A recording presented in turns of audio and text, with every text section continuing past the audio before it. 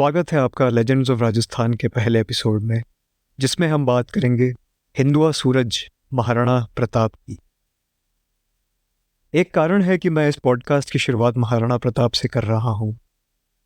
भारत के महानुभावों की सूची अधूरी रह जाएगी, या यूं कहें कि उसकी चमक फीकी पड़ जाएगी अगर महाराणा प्रताप का नाम उसमें शामिल ना हो। उनका व्यक्तित्व राजस्थान के मुकुट पर कोहिनूर के समान चमकता है। उनके नाम के आगे चाहे अनेक अलंकारों का प्रयोग कर लिया जाए, पर वे भी उनके चरित्र के साथ न्याय नहीं कर पाएंगे। उनकी अद्भुत साहस और वीर रस से भरपूर जीवन गाथा को आपके समक्ष पेश करते हुए मुझे बहुत गर्व हो रहा है। राणा प्रताप राजस्थान के मेवाड़ राज्य से ताल्लुक रखते हैं। आज की दृष्टि से उदयपुर, चित्तौड़गढ़, राजसमंद और प्रतापगढ़ जिले मेवाड़ का हिस्सा हैं। यह राजस्थान का दक्षिणी भाग है।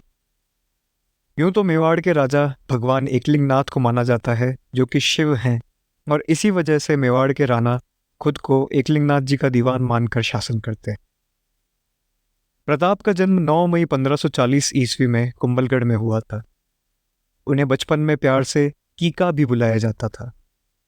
गौर करने की बात होगी कि कीका राजस्थानी भाषाओं में छोटे बच्चे को बुलाया जाता है। उनकी मां जयवंताबाई सोनगरा थी, जो कि महाराणा उदय सिंह जी की प्रथम पत्नी थी। प्रताप उदय सिंह जी के बच्चों में ज्येष्ठ थे। यह एक अविचल सत्य है कि मनुष्य का स्वभाव उसके बचपन से ही निर्मित होता है।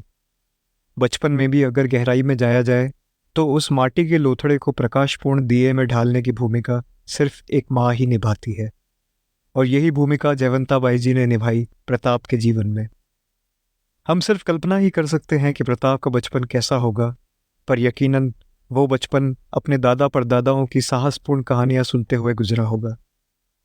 जिस परिवार में सांगा, कुंभा एवं हमीर जैसे वीर योद्धा हुए, जिनके अद्भुत शौर्य को हम आज भी अपना सर नवाते हैं, उनके पद चिन्हों पर चलने को कितना अधिक लालायित होगा वो कीका। क्या गर्व भरा होगा उस छोटे से बच्चे के सीने में अपनी जन्मभूमि के, अपने पितरों के प्रति, कि उसने अपना शेष जीवन अपनी मातृभूमि को समर्पित कर दिया। पर हाँ, इस बारे में हम सिर्फ कल्पना ही कर सकते हैं। राणा उदय सिंह जी का उनकी भटियानी रानी के प्रति विशेष स्नेह था। इसी के चलते जब प्रताप व उनकी मां कुंभलगढ़ से चित्तौड़ आए तो उन्हें गढ़ की तलहटी में कुंवरपाड़ा नामक गांव में रखा गया। ज्येष्ठ रानी के लिए इससे शर्मनाक और क्या हो सकता था। ऐसी उम्र में एक बच्चे को भी क्या समझ पड़ता है। उसे तो वही समझ आता है जो उसकी माँ उसे समझाती है, और धन्य थी वो माँ जयवंताबाई जी, जिन्होंने प्रताप में अपने पिता के प्रति एक भी गलत विचार का बीज नहीं बोया। कोई और भी था जिसने प्रताप के व्यक्तित्व निर्माण में अहम भूमिका निभाई, और वो थे मेवाड़ की भील जनजाति। यह एक आम सत्य है कि प्रताप का बचपन से ही भीलों के साथ उठना बैठना था। भील आदिवासी हैं और वन में ही विचरण करते हैं। उनके साथ रहकर प्रताप ने जीवन व्यापन के कई महत्वपूर्ण सबक लिए। यह एक अनोखा दुर्लभ चित्रण है जिसमें एक राजकुमार आम लोगों के साथ अपना समय व्यतीत कर रहे हैं। शुरुआत से ही प्रताप की खेल एवं शस्त्र विद्या में अधिक रुचि थी। यह विद्या उन्हें जयमल राठौड़ एवं रावत कृष्णदास चुंडावत से प्राप्त हुई थी। जैसे जैसे प्रताप बड़े हुए, उनकी ख्याति प्रजा के बीच पहुंचने लगी। उनके सरल एवं विनम्र स्वभाव के चलते मेवाड़ी सेना के दिलों पर राज करने लगे। विनम्र होने के साथ साथ प्रताप उच्च कोटि के रणनीतिकार भी थे। वे राजपाट के कार्यों में अपने पिता की पूर्ण रूप से मदद करते। उनके विचारों से मेवाड़ के सभी सामंत प्रभावित थे। इतना अच्छा सुनते हुए आप लोगों को लग रहा होगा कि सब तो अच्छा है, फिर दिक्कत कहाँ है। पर जीवन उतार और चढ़ाव का खेल है, और मेवाड़ के ऊपर अब काले बादल मंडराने लगे थे। शक्ति उदय सिंह जी के छोटे पुत्र थे। मिजाज से तेज, यह भी प्रताप जितने ही निडर एवं साहसी थे। बचपन से ही प्रताप और शक्ति के संबंध कुछ खट्टे ही रहे। एक बार किसी खेल प्रतियोगिता में दोनों भाई एक दूसरे के इतना विरुद्ध हो गए कि उन्होंने मामले को एक आखिरी लड़ाई से रफा दफा करना ही उचित समझ लिया था। बड़ों के बीच बचाव करने के कारण बात वहीं थम गई, पर शक्ति को चित्तौड़ से जाने का आदेश दे दिया गया। शक्ति ने चित्तौड़ से विदा ली और अकबर की शरण में चले गए। दिमाग से भले ही उन्होंने चित्तौड़ को अलविदा कह दिया हो, पर उनका दिल अभी भी वहीं अटका हुआ था। वो कभी अपनी मातृभूमि से जुदा नहीं हो सके। अकबर के साथ अभियानों में शक्ति को यह ज्ञात हुआ कि अकबर चित्तौड़ पर आक्रमण की योजना बना रहा है। अकबर ने शक्ति को चित्तौड़गढ़ का स्वामी बनाने का प्रस्ताव रखा, बशर्ते कि वह अकबर का साथ दें।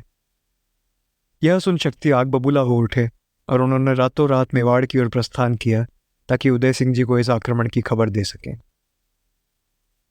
मेवाड़ के सामंत इकट्ठा हुए और यह निर्णय लिया गया कि महाराणा उदय सिंह अपने परिवार के साथ गिरवा की पहाड़ियों की ओर प्रस्थान करें। प्रताप को भी जाने का आदेश हुआ। उस समय वे 27 वर्ष के थे। चित्तौड़ को जयमल राठौड़ और पत्ता चुंडावत के काबिल नेतृत्व में छोड़ा गया। चित्तौड़गढ़ कूटनीतिक दृष्टिकोण से एक अहम भूमिका रखता था। यह दिल्ली से गुजरात और मालवा जाने के रास्ते में था तथा इसका अभेद निर्माण इसे बाकी गढ़ों से अलग पहचान देता था। आज भी मेवाड़ में एक प्रचलित कहावत है, गढ़ हो तो चित्तौड़गढ़, बाकी सब तो गढ़ियाँ। यह स्वयं दर्शाता है कि चित्तौड़गढ़ का किला सामरिक एवं सांस्कृतिक दृष्टि से कितना महत्वपूर्ण रहा होगा। अकबर के अभियान के समय चित्तौड़गढ़ में करीब 50,000 की जनसंख्या थी। यूं ही नहीं, चित्तौड़ एशियाई महाद्वीप का सबसे बड़ा किला कहलाता है।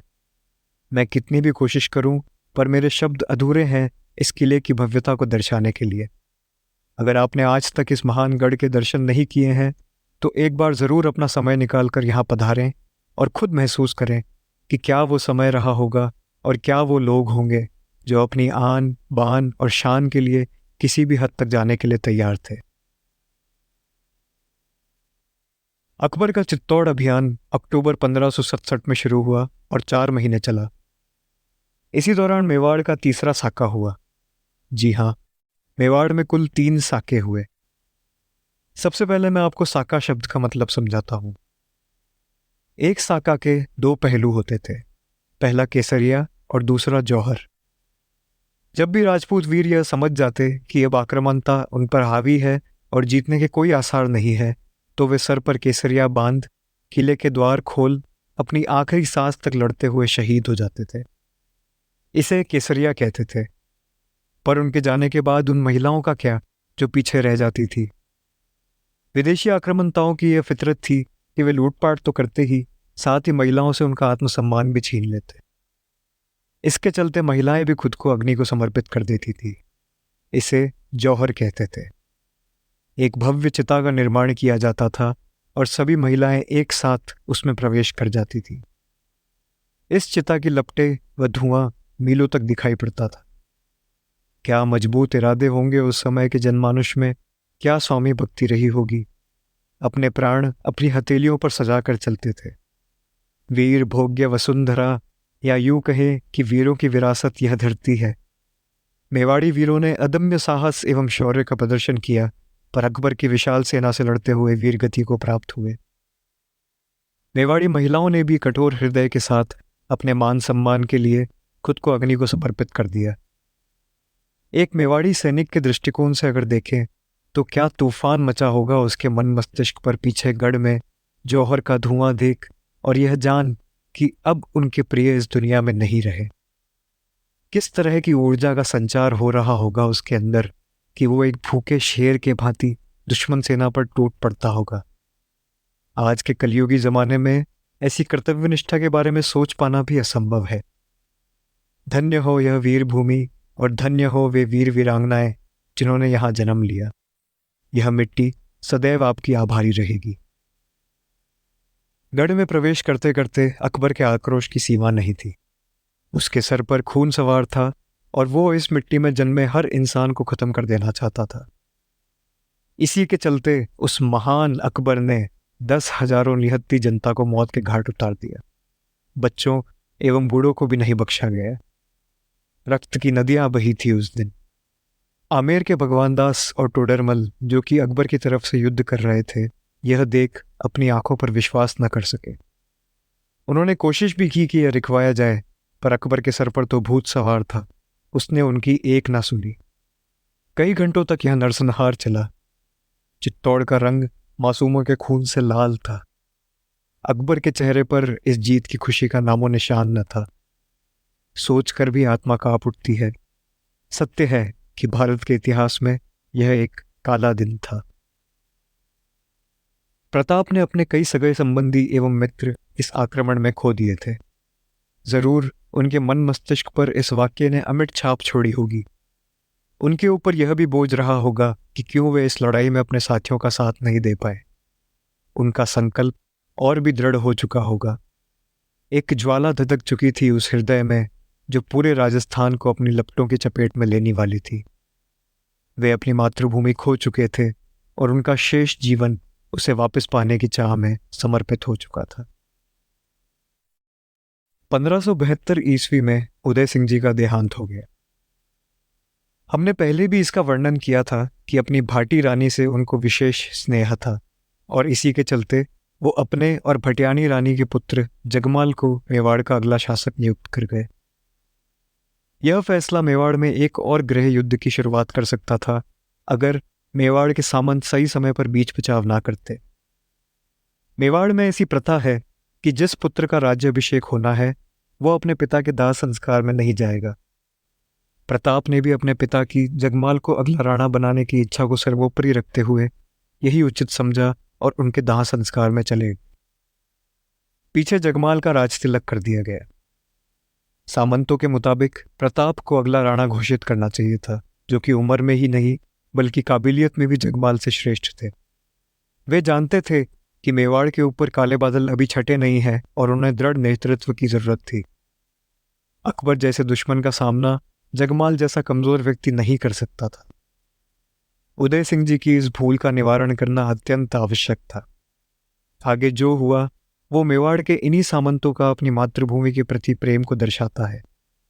रावत कृष्णदास चुंडावत, रामशाह तंवर और अक्षय राज सोनगरा ने जगमाल के हाथ पकड़े और उसे मेवाड़ की गद्दी से यह कहते हुए उतार दिया कि महाराज, आपसे गलती हो गई है, यह गद्दी तो आपके बड़े भाई प्रताप की है।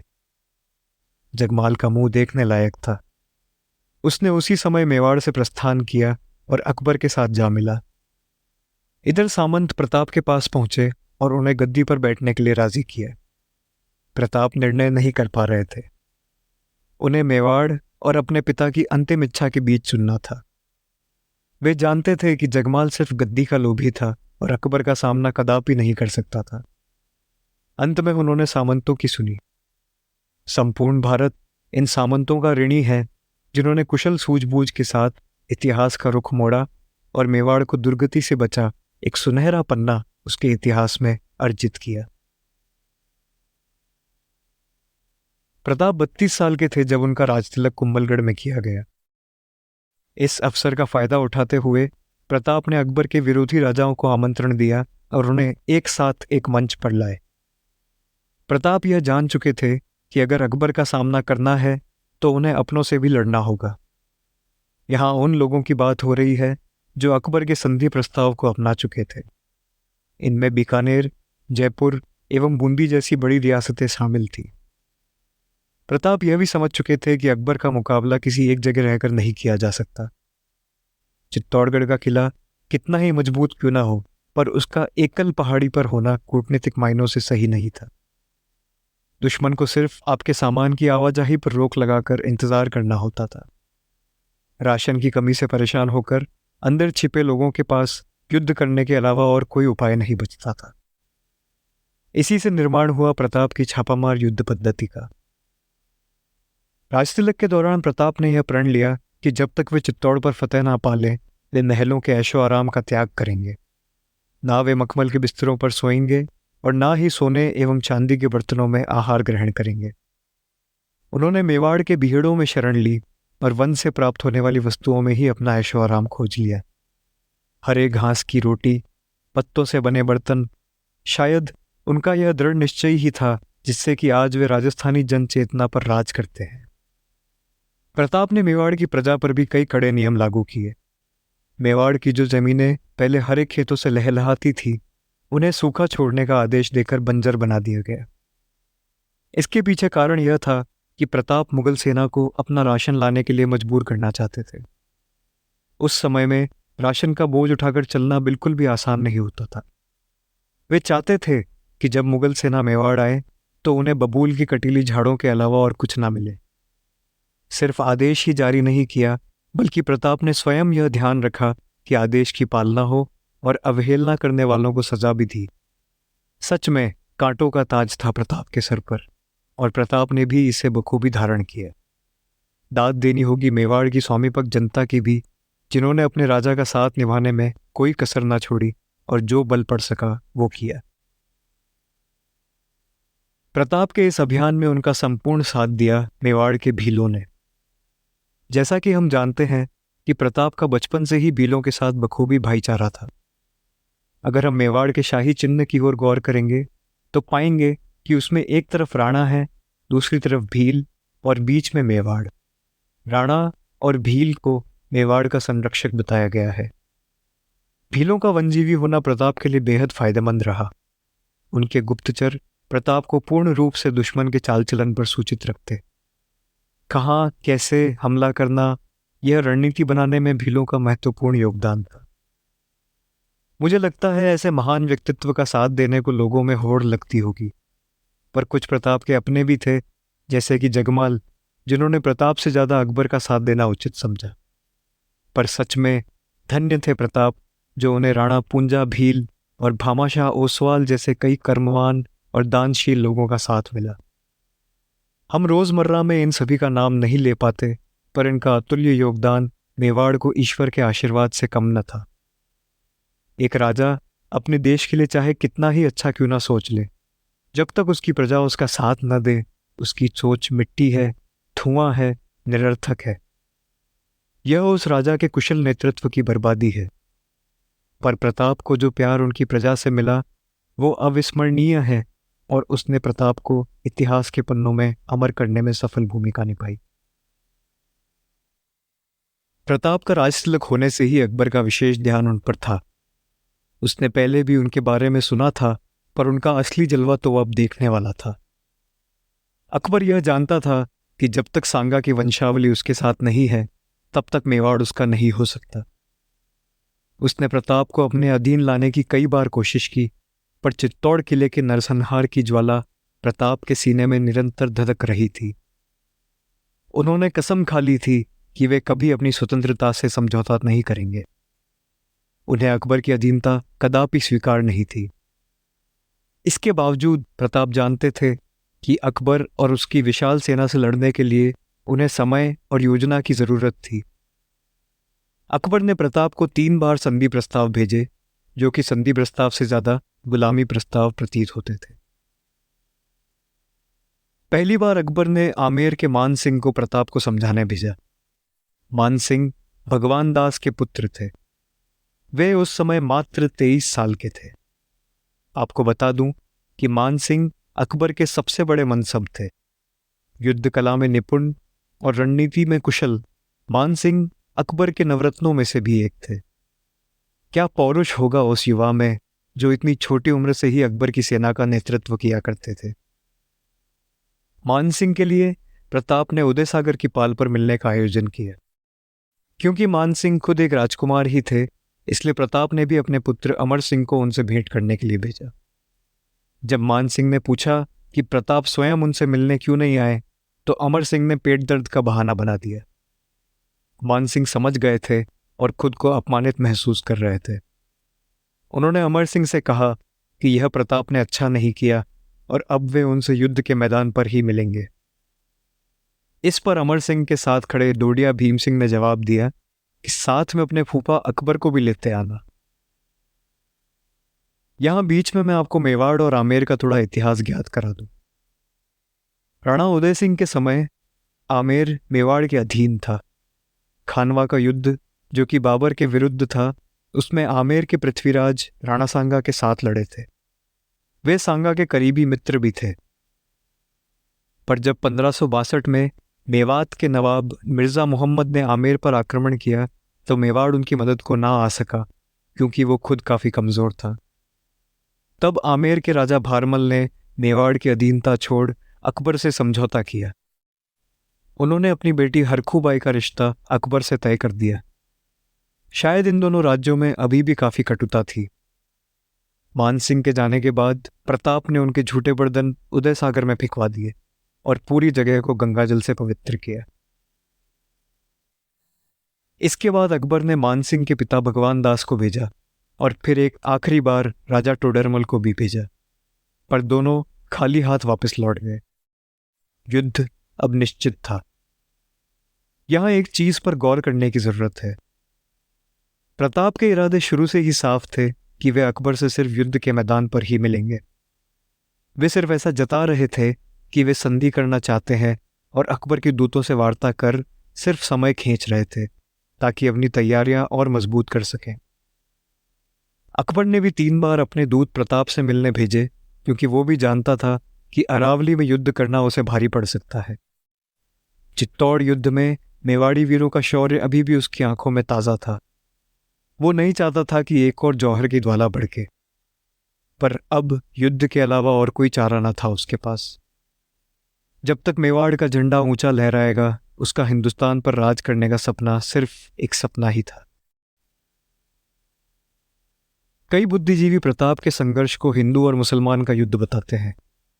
वे कहते हैं कि प्रताप मुसलमानों के विरुद्ध थे, पर क्या यह सही है? आपको बता दूं कि हल्दीघाटी के युद्ध में प्रताप की सेना में कई मुसलमान भी उनके साथ लड़े थे। इनमें शेरशाह सूर के परिवार के हकीम खां सूर और जालौर के ताज खान शामिल थे। हल्दीघाटी का युद्ध मेवाड़ की स्वतंत्रता की लड़ाई था। यह ऐसे मूल्यों की लड़ाई थी जो मनुष्य जीवन में सर्वोपरि थे। कोई आज़ाद इंसान कैसे किसी दूसरे की गुलामी मंजूर कर सकता है? आज़ादी का हक तो भारत के संविधान के मूल ढांचे का भी अभिन्न अंग है। हमारी पुस्तकों में अकबर को महान का दर्जा प्राप्त है, पर उसके काले सच की कोई बात नहीं करता। चित्तौड़ पर अकबर की फतेह सिर्फ एक कत्ले आम था और प्रताप की लड़ाई ऐसे ही हीन व्यक्ति के विरुद्ध थी। युद्ध की घड़ी अब निकट थी। 18 जून 1576 को हल्दीघाटी का युद्ध लड़ा गया, जिसमें अकबर ने हिस्सा नहीं लिया और मानसिंह को अपना सेनापति बनाकर भेजा। मानसिंह के मन में पहले ही प्रताप के लिए नफरत भरी थी। अकबर यह चीज जानता था और इसी आग का फायदा उठाना चाहता था। उसने अजमेर में डेरा डाला और मानसिंह ने सेना के साथ खमनौर की ओर कूच किया। खमनौर हल्दीघाटी से 1 किलोमीटर की दूरी पर है। अकबर के 80,000 सैनिकों के सामने मेवाड़ के 20,000 सैनिक थे। मेवाड़ की सेना को 2 भागों में बांटा जाता था, हरावल और चांदावल। हरावल वो टुकड़ी होती थी जो सेना के आगे होती थी और चांदावल पीछे। प्रताप दोनों टुकड़ियों के बीच में थे। हमला हल्दीघाटी के दर्रे से शुरू हुआ। मेवाड़ का हरावल मुगल सेना पर अत्यंत भारी पड़ा। उनके हमले ने मुगल सेना को कुछ किलोमीटर पीछे खदेड़ दिया। यह देख मुगल सेनापति मेहतर खान को एक उपाय सूझा। उसने जोर से ढोल नगाड़े बजवाने चालू किए और यह घोषित करवा दिया कि अकबर एक और सेना के साथ जंग में हिस्सा लेने आ रहा है। यह सुन मुगल सेना में एक नई ऊर्जा की लहर दौड़ पड़ी और वे फिर से लड़ने के लिए इकट्ठा हुए। क्योंकि अब युद्ध खुले मैदान में आ चुका था, मुगल सैनिक अपनी संख्या के कारण मेवाड़ पर भारी पड़ने लगे। इतना खून बहा था उस दिन कि एक छोटा तालाब लाल हो गया था। आज भी उस तालाब को रक्त तलाई के नाम से जाना जाता है। प्रताप की ओर से लड़ते हुए सबसे पहले ग्वालियर के रामशाह तंवर और उनके तीनों पुत्र वीरगति को प्राप्त हुए। भीम सिंह डोडिया ने मान सिंह की ओर अपने भाले से हमला किया, जो कि हाथी पर सवार था। भाला उसके हौदे में जा लगा। इसके बाद प्रताप ने मान सिंह पर हमला किया। प्रताप अपने प्रिय घोड़े चेतक पर सवार थे, जो कि सफेद रंग का था। चेतक को हाथी की सूंड जैसा दिखने वाला मुखौटा पहनाया जाता था, जिससे कि हाथी भ्रमित होकर उसे भी हाथी समझ ले। उस साहसी घोड़े ने अपने दोनों अगले पैर मानसिंह के हाथी पर चढ़ा दिए। आप सोचकर ही देखिए कि क्या नजारा रहा होगा वो। प्रताप ने मानसिंह की ओर भाला फेंक कर वार किया, पर भाला हाथी के महावत को जा लगा। चेतक जैसे ही हाथी से नीचे उतरने लगा, हाथी की सूंड में लगी तलवार ने उसके पैर घायल कर दिए। चेतक को लंगड़ाता देख मुगल सैनिक प्रताप पर टूट पड़े। प्रताप यह समझ गए थे कि दुश्मन सेना उन पर भारी पड़ रही है। उन्होंने तुरंत मेवाड़ की सेना को अरावली की पहाड़ियों की ओर कूच करने का आदेश दिया। प्रताप की जगह उनके जैसे ही दिखने वाले सादड़ी के झाला मान सिंह ने मुगल सेना को भ्रमित करने के लिए मेवाड़ का राज चिन्ह धारण किया और लड़ते हुए वीरगति को प्राप्त हो गए।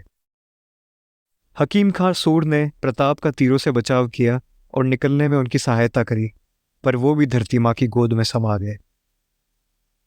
2 तुर्क सैनिकों ने प्रताप को निकलते हुए देख लिया था और उनके पीछे लग गए। उन्होंने बाकी सैनिकों को इसकी सूचना देनी चाहिए, पर भाषा में विविधता की वजह से सेना को कुछ समझ ना आया। चेतक ने प्रताप को अभी तक सुरक्षित रखा हुआ था। पैरों से घायल होने के बावजूद उसने बीच में आए एक बड़े नाले को छलांग लगाकर पार किया। फिर अचानक प्रताप को पीछे से आवाज सुनाई पड़ी, ओ नीले घोड़े के सवार, ओ नीले घोड़े के सवार।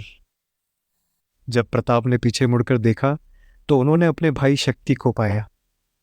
शक्ति सिंह ने दोनों तुर्क सैनिकों को मार गिराया और प्रताप के गले आ लगे।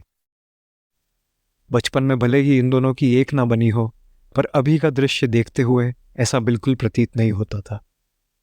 भाइयों का प्रेम एक रोचक कसौटी होने के साथ साथ बाकी सभी रिश्तों में उच्च होता है। आपसी भावनाएं भले उनके मन दूर कर दें, पर उनके दिलों के तार कभी नहीं टूटते। हल्दीघाटी से कुछ किलोमीटर दूर बलीचा नामक गांव में चेतक ने अपनी आखिरी सांसें ली। जिस स्वामी भक्ति का प्रदर्शन इस घोड़े ने किया था, वो आने वाले समय में सुनहरे अक्षरों से लिखा गया। आपको याद होगा बजाज कंपनी का स्कूटर चेतक। अब आप सोच ही सकते हैं कि बजाज ने अपने स्कूटर का नाम चेतक क्यों रखा होगा। चेतक वो जो हर मुश्किल में आपका साथ दे। प्रताप अपने प्रिय घोड़े को खो विलाप करने लगे। चेतक उनका सच्चा मित्र था एवं मनुष्य और जानवर में मित्रता की यह एक अटूट मिसाल थी। शक्ति सिंह ने प्रताप को अपना घोड़ा देकर वहां से रवाना किया। गौर करने की बात होगी कि हल्दीघाटी से पूर्व लड़े गए ज्यादातर युद्धों में राजपूत अपना सर्वस्व न्यौछावर कर देते थे। उनके दिमाग में आगे की कोई योजना नहीं होती थी। अपनी धरती पर मर मिटने से अधिक उन्हें कुछ प्रिय न था। पर यह युद्ध कुछ अलग था। प्रताप के लिए यह एक अंतिम युद्ध नहीं, बल्कि एक अभियान की शुरुआत थी, और इसी अभियान को जारी रखने के लिए उन्होंने हल्दीघाटी से कूच करना ही उचित समझा। यह मायने इसलिए भी रखता है क्योंकि उनके जीवित रहकर आगे की लड़ाई लड़ने से मेवाड़ के वीरों का बलिदान व्यर्थ नहीं हुआ। मेवाड़ में अभी भी आशा थी कि उसका शेर पुत्र अभी भी उसकी लड़ाई लड़ रहा था। अगले दिन मानसिंह ने प्रताप का पीछा करने की योजना बनाई और एक छोटी सैनिक टुकड़ी के साथ गोगुंदा गांव की तरफ बढ़ा। गोगुंदा पहले ही एक सोची समझी रणनीति के तहत प्रताप द्वारा खाली करवा दिया गया था। यहां मानसिंह महीनों तक फंसा रहा क्योंकि मेवाड़ की सेना ने उसे चारों ओर से घेर लिया था। मानसिंह और उसके सैनिक इतने खौफ में थे कि उन्होंने अपने चारों ओर एक बड़ी खाई खुदवाई ताकि दुश्मन का घोड़ा उसे कूद कर पार न कर सके। उनका राशन भी खत्म हो गया था और अंत में उन्होंने घोड़े का मांस खाकर ही गुजारा किया। जैसे तैसे कर वह गोगुंदा से निकलने में कामयाब रहे।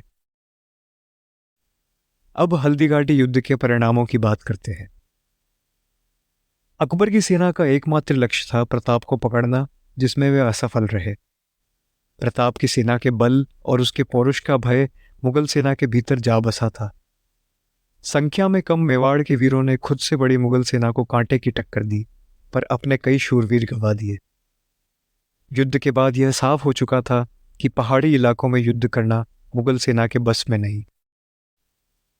जब मानसिंह और असफ खान वापस लौटकर अकबर के पास गए, अकबर ने उन्हें खूब लताड़ा और मुगल दरबार में उनका औहदा भी कम कर दिया। इसी के 6 महीने बाद अकबर खुद अपनी सेना लेकर मेवाड़ आया। उसने उदयपुर का नाम बदलकर मुहम्मदाबाद रख दिया और फिर खाली हाथ यहां से चला गया। वो 6 महीने तक मेवाड़ में रुका। जाते जाते उसने मेवाड़ के कुछ महत्वपूर्ण थाने अपने कब्जे में कर लिए और कुछ मुगल सैनिक उसकी रक्षा के लिए छोड़ दिए। उसके जाते ही प्रताप ने वापस उदयपुर पर कब्जा कर लिया और उसका नाम फिर से उदयपुर हो गया। अकबर के द्वारा काबिज किए थानों में से एक थाना था मोही, जहां के थानेदार का नाम था मुजाहिद बेग। प्रताप ने मोही पर हमला कर मुजाहिद बेग और उसकी सेना को हरा फिर से उसे अपने कब्जे में लिया। प्रताप के द्वारा हल्दीघाटी के करीब कई जागीरें अपने सामंतों को दी गई। यह सभी बातें हल्दीघाटी के युद्ध को मेवाड़ के पक्ष में होने की ओर इशारा करती हैं। यह भी कहना गलत नहीं होगा कि यह लड़ाई मेवाड़ के लिए आगे जाकर सफलता की सीढ़ी भी बनी। हल्दीघाटी युद्ध के बाद मेवाड़ के आर्थिक हालात गंभीर थे। कई दशकों से मेवाड़ खुद पर आक्रमण झेल रहा था। उसका खजाना लगभग खाली हो चुका था एवं फिलहाल सबसे महत्वपूर्ण था उसकी सेना को तनख्वाह देना। यहाँ एक वाक्य का वर्णन करना चाहूंगा जो कि लोक कथाओं में काफी प्रचलित है। लगातार संघर्ष के चलते प्रताप का मनोबल धीरे धीरे टूट रहा था। उनके साथ उनके परिवार को भी ये सभी यातनाएं झेलनी पड़ रही थी, जिस बात का भी उन्हें कहीं ना कहीं दुख था। अपने परिवार की कठिनाइयां देख उनका हृदय पिघल गया और उन्होंने अकबर को संधि के लिए खत लिख भेजा। जब अकबर को यह खत प्राप्त हुआ तो वो खुशी से झूम उठा। आखिरकार मेवाड़ पर उसका अधिकार होने वाला था। उसने दरबार में इस बात का ऐलान करने में जरा भी देर न की। अकबर के शब्द पृथ्वीराज राठौड़ के कानों में पड़े। वे बीकानेर के राव कल्याणमल के पुत्र और अकबर के दरबारी थे। प्रताप के लिए उनके मन में आदर भाव कूट कूट कर भरा था। उन्होंने तुरंत अकबर से प्रताप की इस हार का सबूत मांगा। अकबर ने पृथ्वीराज को प्रताप का खत लिखा दिया। उसे देखकर पृथ्वीराज ने अकबर से इजाजत मांगी कि वे खुद प्रताप को खत लिखकर इसकी पुष्टि करना चाहते हैं। अकबर ने भी हामी भर दी। पृथ्वीराज राठौड़ खुद एक माने हुए कवि थे। उन्होंने प्रताप को खत में कुछ पंक्तियां लिख भेजी। उनके शब्द कुछ इस प्रकार थे। आज प्रताप के मुंह से भी अकबर को बादशाह कहकर बुलाया गया है। हे राव, क्या सूरज भी अब पश्चिम दिशा में उगेगा? क्या मैं अब भी अपनी मूंछों पर ताव दूं या अपनी ही तलवार से खुद के शरीर पर प्रहार कर दूं? यह लिखकर बता दीजिए प्रताप। इन पंक्तियों को पढ़ प्रताप भाव विभोर हो गए। उनका खोया आत्मविश्वास फिर से जाग उठा। उनका मनोबल और भी मजबूत हो गया था। उन्होंने पृथ्वीराज को आश्वासन के रूप में एक और खत लिखा, जिसमें उन्होंने कहा, हे पृथ्वीराज, भगवान एकलिंगनाथ हमेशा प्रताप के मुख से अकबर को तुर्क ही कहलाएंगे। सूरज हमेशा की तरह पूर्व दिशा से ही उगेगा। जब तक प्रताप की तलवार जिंदा है तब तक खुशी से अपने मूंछों पर ताव देते रहिए। राजस्थान के जाने माने कवि कन्हैयालाल जी सेठिया भी इस वाक्य का अपनी कविता पीतल और पाथल में वर्णन करते हैं। हल्दीघाटी युद्ध के बाद प्रताप ने उनके सहयोगी भामाशाह एवं उनके भाई ताराचंद ओसवाल को मालवा की ओर प्रस्थान करने को कहा।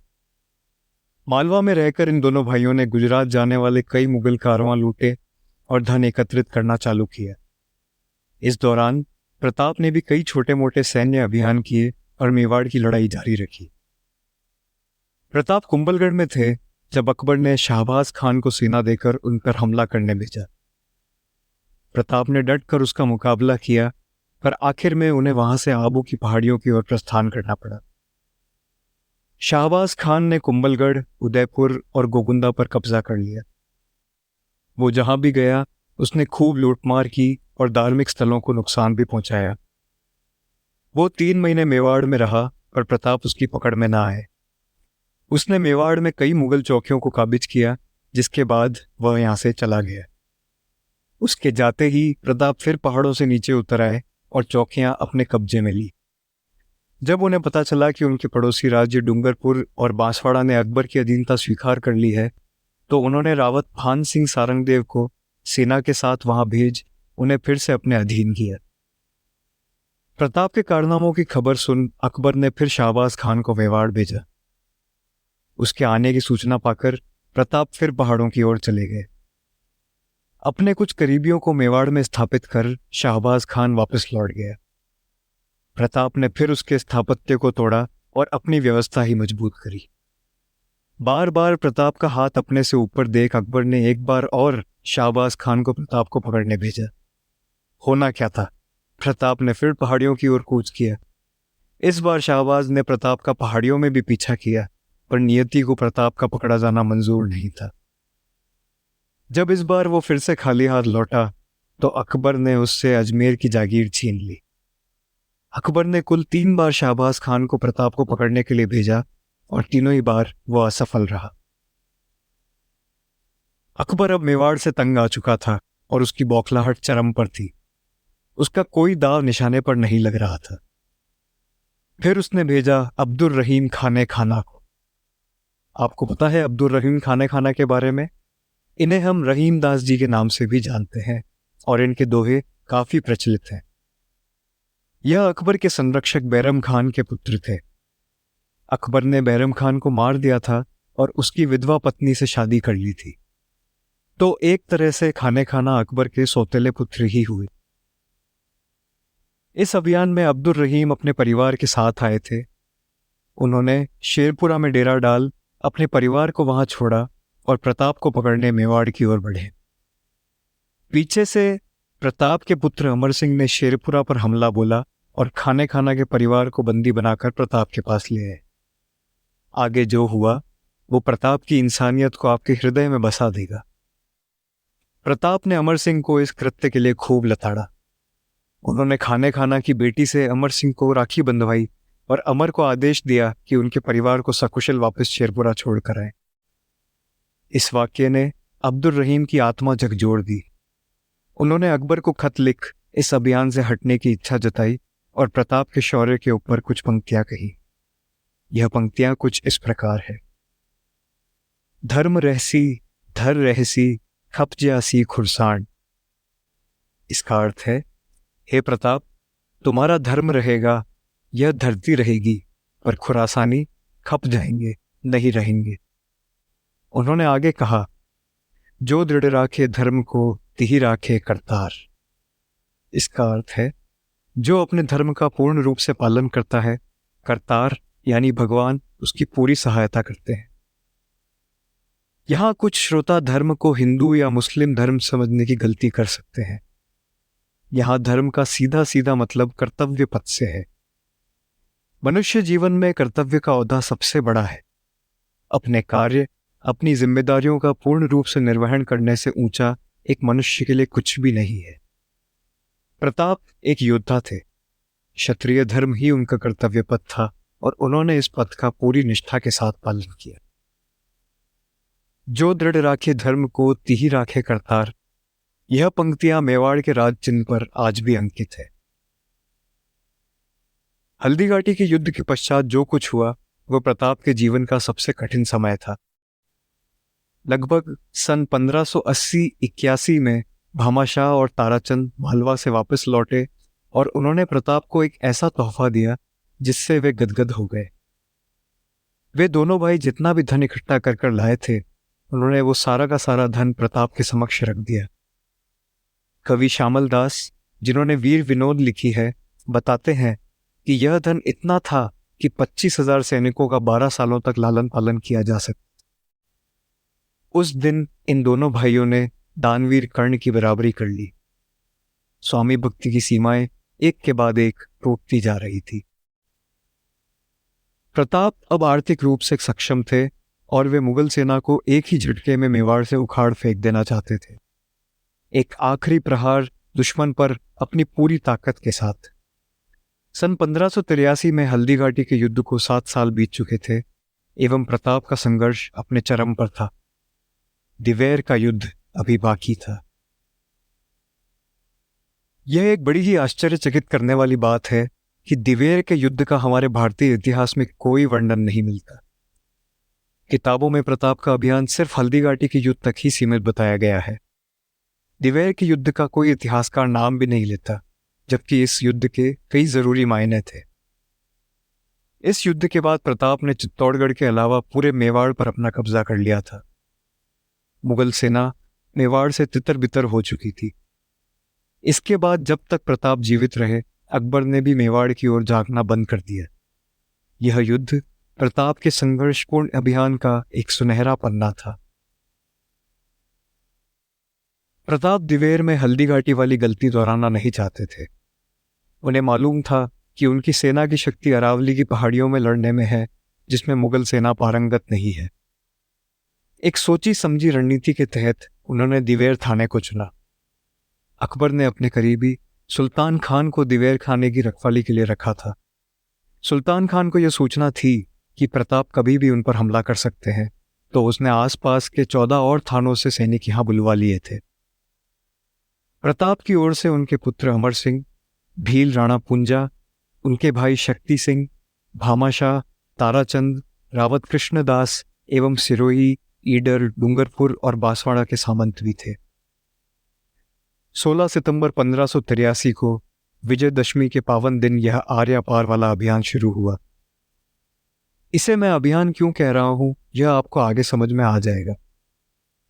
प्रताप की सेना ने 3 तरफ से दिवेर पर हमला बोला। अकस्मात ही चारों ओर अफरा तफरी मच गई। पूरा वातावरण तलवारों के शोर से गूंज उठा।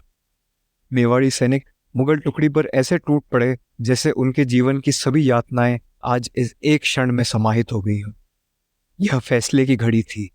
उनकी बरसों की तैयारी सिर्फ आज ही के लिए थी। सुल्तान खान हाथी पर सवार था।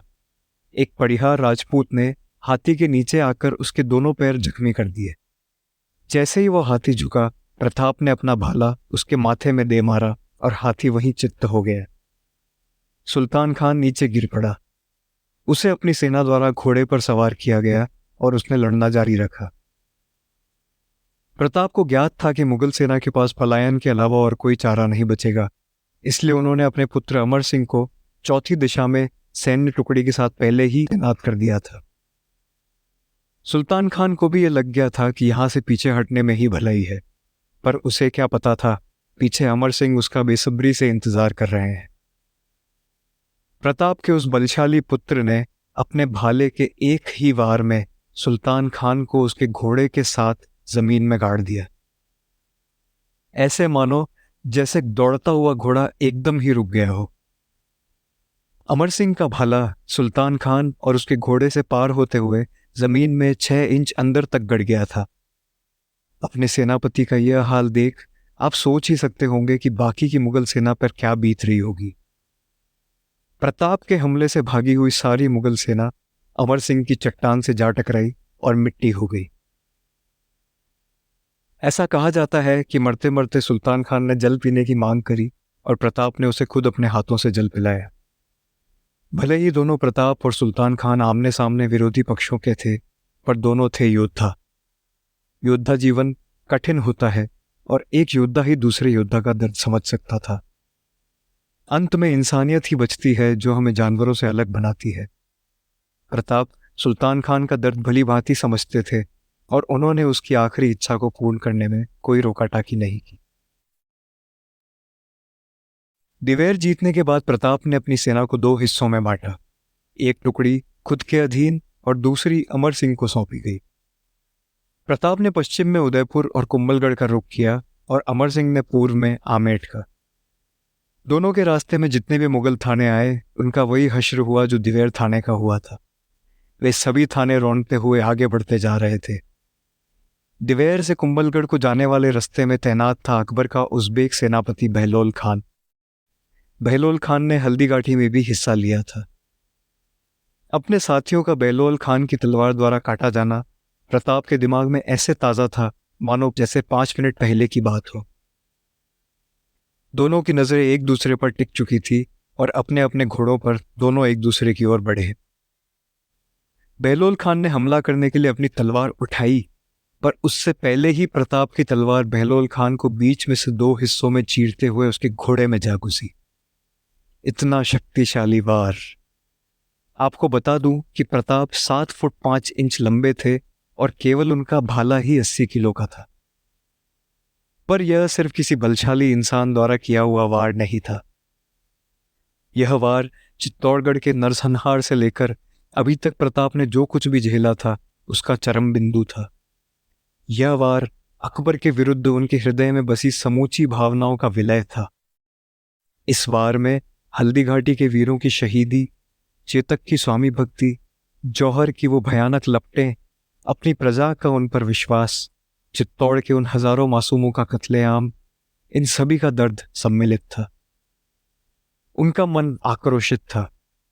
यह प्रताप का ही नहीं बल्कि समूचे मेवाड़ का वार था। क्या दृश्य रहा होगा। जो भय यह देख मुगल सैनिकों में था, उस भय की हम कल्पना भी नहीं कर सकते। आगे बढ़ते हुए प्रताप ने कुंभलगढ़ पर फिर अपना अधिकार कर लिया। आने वाले कुछ ही दिनों में मेवाड़ की दोनों सेनाओं ने 36 और थाने जीत लिए थे। अकबर को इससे करारा जवाब आज तक उसके किसी विरोधी ने नहीं दिया था, और यह उसके मुंह पर तमाचे के समान था। जब मेवाड़ की दोनों सेनाएं उदयपुर पहुंची तो उन्होंने उदयपुर को खाली पाया। मुगल सेना अपनी निश्चित हार का सोच पहले ही यहां से जा चुकी थी। दिवेर अभियान के बाद अकबर ने मेवाड़ की ओर आंख उठाने की जुर्रत भी नहीं करी।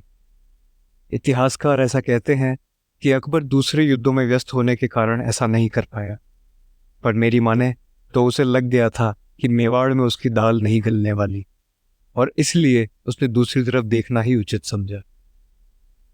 दिवेर अभियान हमारे इतिहास में कहीं खो सा गया। कर्नल जेम्स टॉड ने इस युद्ध को मेवाड़ का मैराथन बताया है। मैराथन युद्ध 490 ईसा पूर्व में फारसी और यूनानी सेना के बीच लड़ा गया था। इसमें यूनानी सेना विजयी हुई थी। इस दिन से लेकर अपने मोक्ष तक प्रताप चावंड में रहे, जहां उन्होंने अपना शेष जीवन सुकून में बिताया। जो राजपाट के कार्य वे अपने संघर्ष के दौरान नहीं कर पाए थे, वे सभी कार्य उन्होंने इस शांति काल में पूर्ण किए। उन्होंने चावंड में महल एवं बावड़ियों का निर्माण करवाया। उन्होंने यहाँ चावंड माता का मंदिर भी स्थापित किया। जिन सांस्कृतिक एवं सामरिक पहलुओं में मेवाड़ युद्धों के चलते बाकी राज्यों से पिछड़ गया था, उन सभी ने अब गति पकड़ी। यहीं से मेवाड़ की अपनी चित्रशैली की भी शुरुआत हुई। नसीरुद्दीन इन चित्रकारों में प्रमुख थे। यह एक और उदाहरण है जो यह बताता है कि प्रताप एक धर्मनिरपेक्ष राजा थे। प्रताप का संपूर्ण जीवन प्रकृति के बीच गुजरा था एवं उन्हें पेड़ पौधों से कुछ विशेष लगाव था।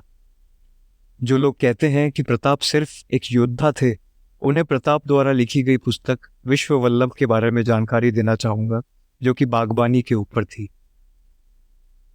ऐसा नहीं कि अपने शांतिकाल में वे अपनी स्वामीभक्त प्रजा को भूल गए। उन्होंने हल्दीघाटी और दिवेर में शहीद हुए सैनिकों के परिवारों का पुनर्वास करवाया और उनका स्वयं ध्यान रखा। इस महान व्यक्तित्व के कई आयाम थे। इन्हें सिर्फ एक ही दृष्टिकोण से देखना इनके साथ किया अन्याय होगा। सन 1597 में एक शिकार के दौरान प्रताप जानलेवा रूप से घायल हो गए। उस समय उनकी आयु 57 वर्ष थी। एक अधूरा ख्वाब आज भी उनके सीने में चुभ रहा था, और वो था चित्तौड़ की आज़ादी, और उसे ना पाने का दर्द उन्हें अंदर ही अंदर खाए जा रहा था।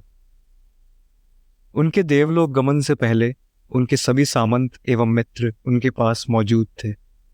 हम सिर्फ कल्पना ही कर सकते हैं कि उनके मन मस्तिष्क पर क्या बीत रही होगी।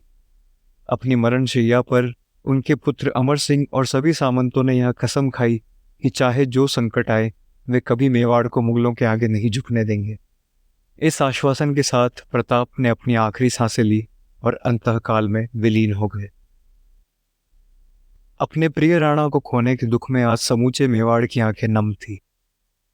कभी इस धरती पर ऐसे वीर पुरुष जन्म लेते हैं, और मेवाड़ की धरा सौभाग्यशाली थी कि प्रताप ने उसकी गोद में जन्म लिया। उन्होंने इस धरती को एक दिए की भांति उज्ज्वलित किया एवं उसका सर कभी ना झुकने दिया। हे प्रताप, हम भी खुद को धनी महसूस करते हैं क्योंकि हमने आपको अपनी विरासत के रूप में पाया। आपके जीवन मूल्यों का निर्वहन करने की हम सदैव कोशिश करेंगे। धन्य है मेवाड़, धन्य है राजस्थान, और धन्य है यह भारत भूमि। अपने इस पॉडकास्ट को पृथ्वीराज राठौड़ की एक प्रसिद्ध कहावत के साथ समाप्त करना चाहूंगा। मायड़ एहड़ा पूत जन जेहड़ा राणा प्रताप, अकबर सूतो ओज के जान सिराणे सांप। इनमें पृथ्वीराज माओ से प्रार्थना कर रहे हैं कि वे राणा प्रताप जैसे सपूतों को जन्म दे, जिसे अकबर भी सिरहाने का सांप समान समझकर सो नहीं पाता। हे महान प्रताप, आपको कोटि कोटि नमन।